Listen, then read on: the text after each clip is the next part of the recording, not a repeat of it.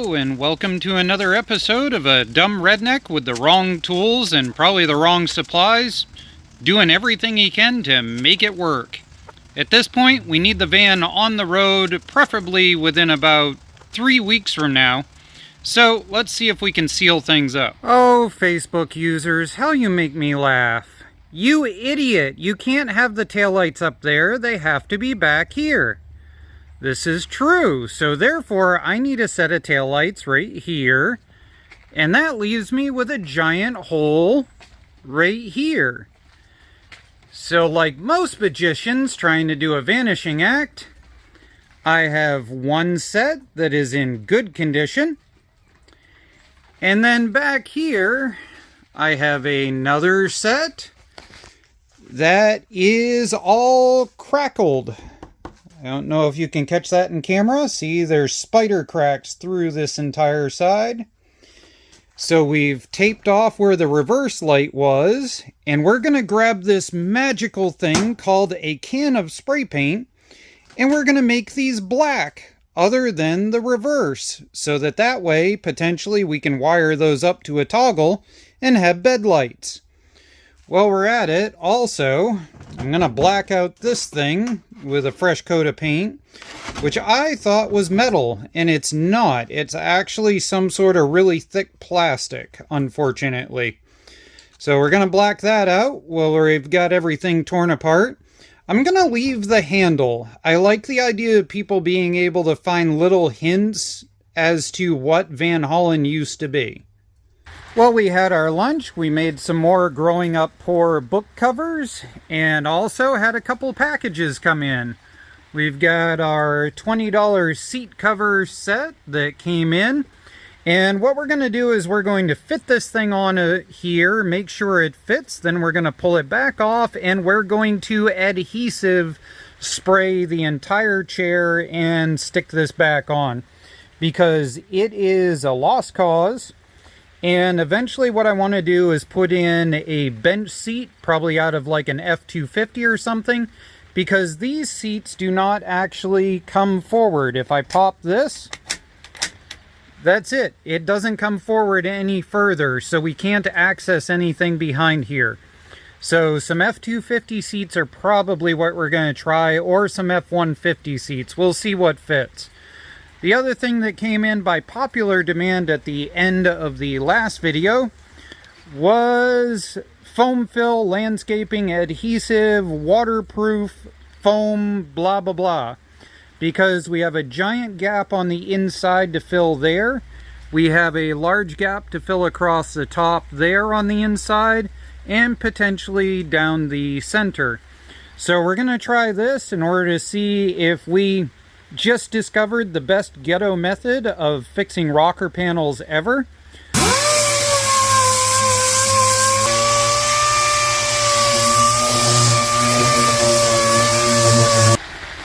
There we go. That dark blue makes it awful clear where the dents are now. So I think what we're going to do is I'm going to have to sit here and hand grind with the sandpaper this right here and see if I can at least glaze it a little bit.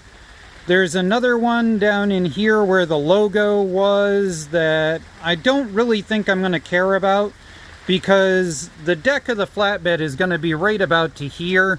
So anything below this line here, I probably won't care. I'll probably grind out where that line is, and then we're gonna start filling this in. We've got another one here that's pretty blunt that I will just gouge out and fill in. And this one right in here, I think I'm probably gonna fiberglass fill and see if I can run a grinder across there in order to make this kind of fake it out a bit. But that's where I'm at right now. A lot of thumb sanding. I can never get over the amount that people will pay for disposable trays. So there we go. There's a water jug sliced down to have disposable putty trays. I think we're going to try some of this. This was recommended quite a bit for the idea of doing these seams with. So we're going to do the seams with that.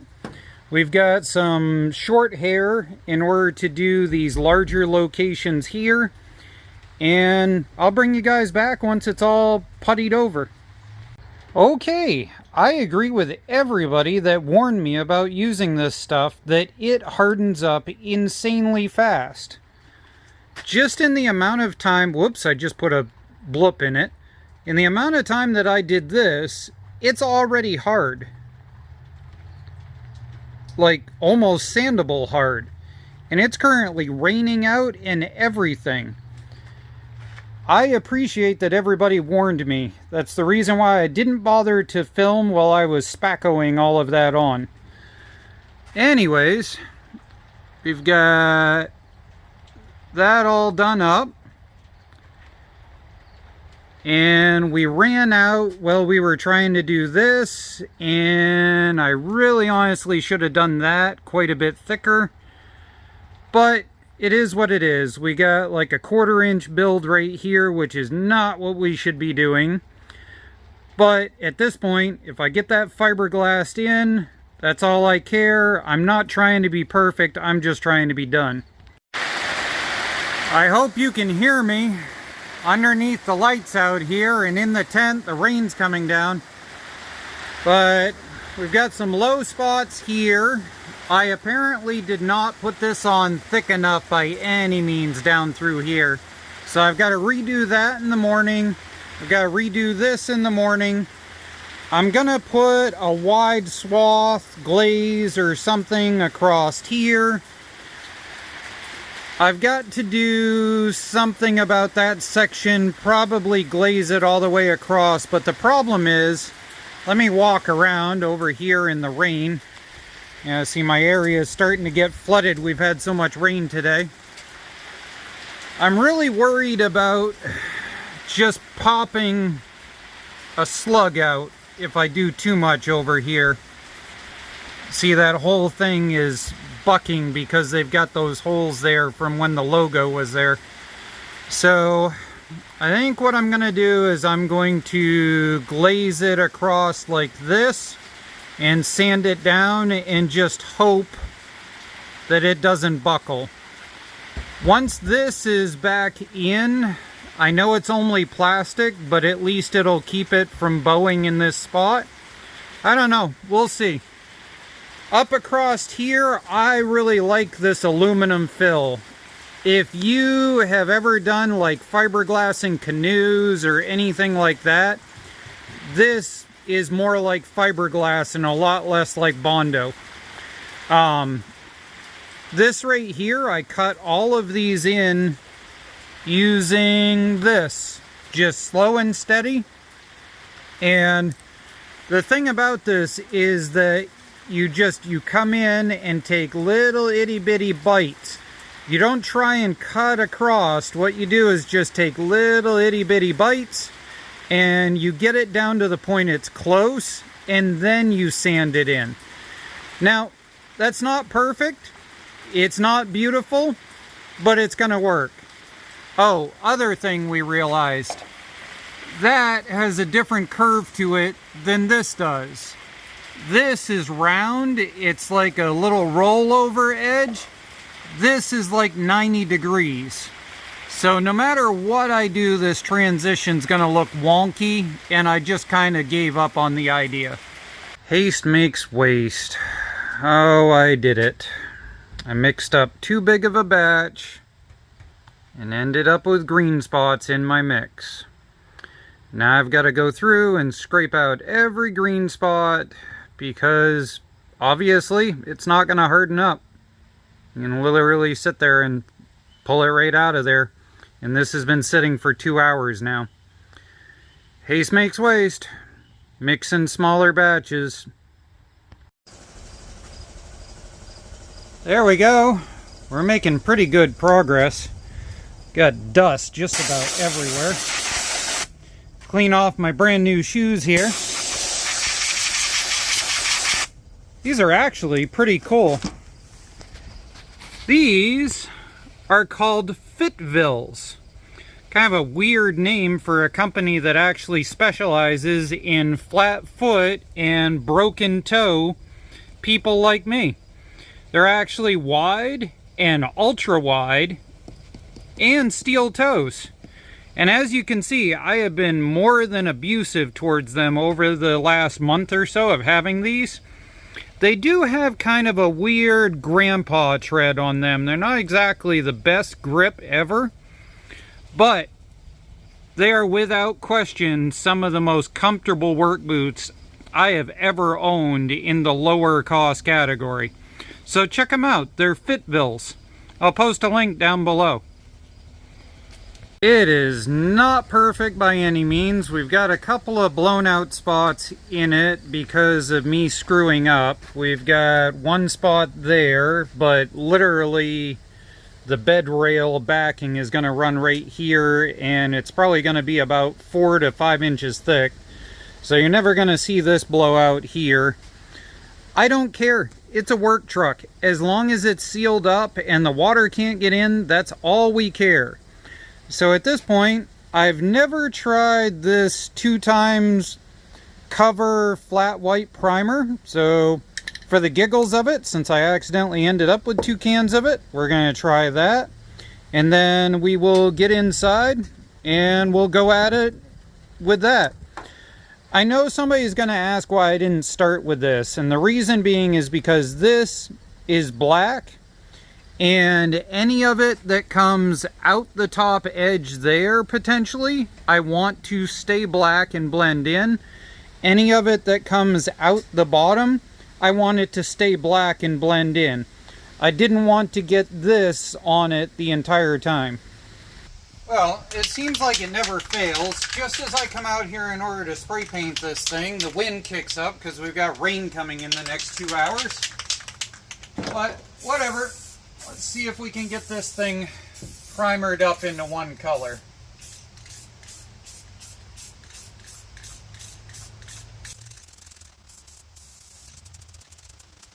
Now, I'm not wrapping around the whole thing because we're going to do Bondo on this side and Bondo on that side in the next video.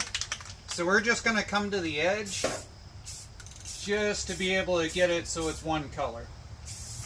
Just to make ourselves feel a little better. And like I said previously, Rust-Oleum is extremely self-leveling if you mix it 50-50 with acetone and run it through an one of those, about a 1.4 for a tip. You can mix it 60-40 and you can run it through a siphon gun also. If you mix it 60% Rust-Oleum and 40% acetone.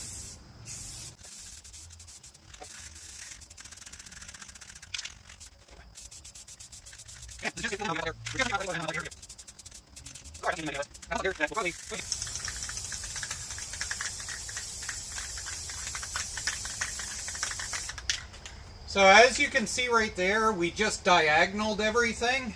It seems to be one of the ways I've been able to get a spray can to actually fill in decent.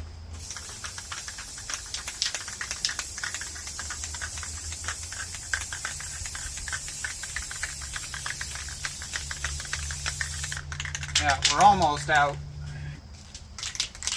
I have noticed with this Rust-Oleum 2x coverage that you want to start it and spray it off on something you don't care about, because the first portion of this that comes through is some sort of like cleaner or something or other, and it'll eat through the paint that you have on it.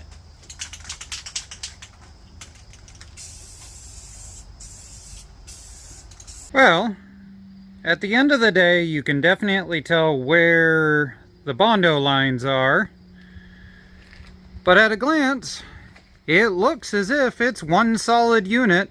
I think it did pretty good. I think making sure to keep that line intact and this line here, I think definitely helps draw it together. I've got 1 or 2 little imperfections in it, but I think we're just going to run it because at the end of the day, it's going to be a work truck it's going to end up getting slammed into and everything else. Like right about here on the back of my Ranger is just beat to snot from the winch and accessories and stuff. So that's part of the reason why I'm not overly worried about it. And like we said, the flatbed's going to come to right about in here. And I'm going to end up running the rail of the back of the flatbed at just below the windows. So it's going to mostly get covered up where the seam is. As you can see right here, that blended in really nicely other than right there. In the next part of this, we're going to take this, and I think what I've decided to do is I'm going to blend all of this together on both sides. Well, Jessie ended up home early, so she's playing tripod. And so we're going to pop this off. This is a really small can, so I think what we're going to do is focus on the bottom. What in the world? Oh, it screws on. Good job. Alright, so we're going to focus on the bottom, then we're going to try and do the top, and then if we have anything else left, we will do the center.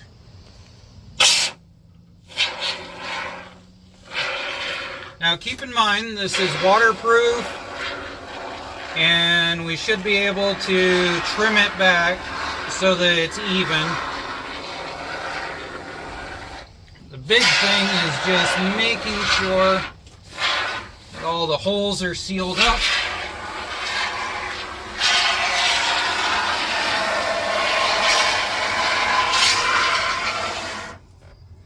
Okay, well, that's ugly, but should work. Okay, we know we've got a hole here in the center, so we're going to do this one first. And then we're going to see if we can do this. Whoa. This stuff is not easy to control.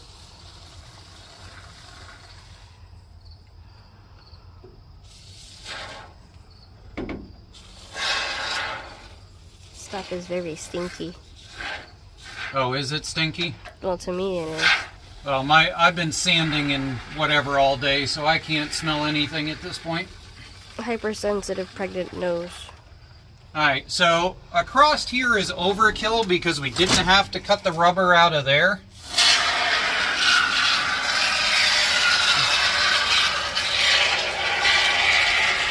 Yeah, we're getting low on the can. I think we're going to just barely make it.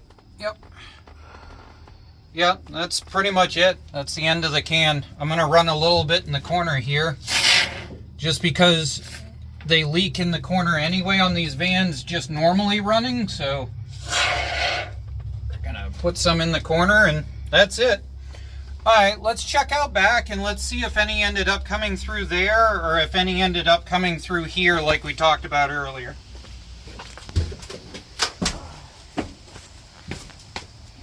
Did any come through? Oh, that worked out. Cool. So that sealed that up. Oh, we did end up with some coming through there. I don't want to touch it because it's probably still wet.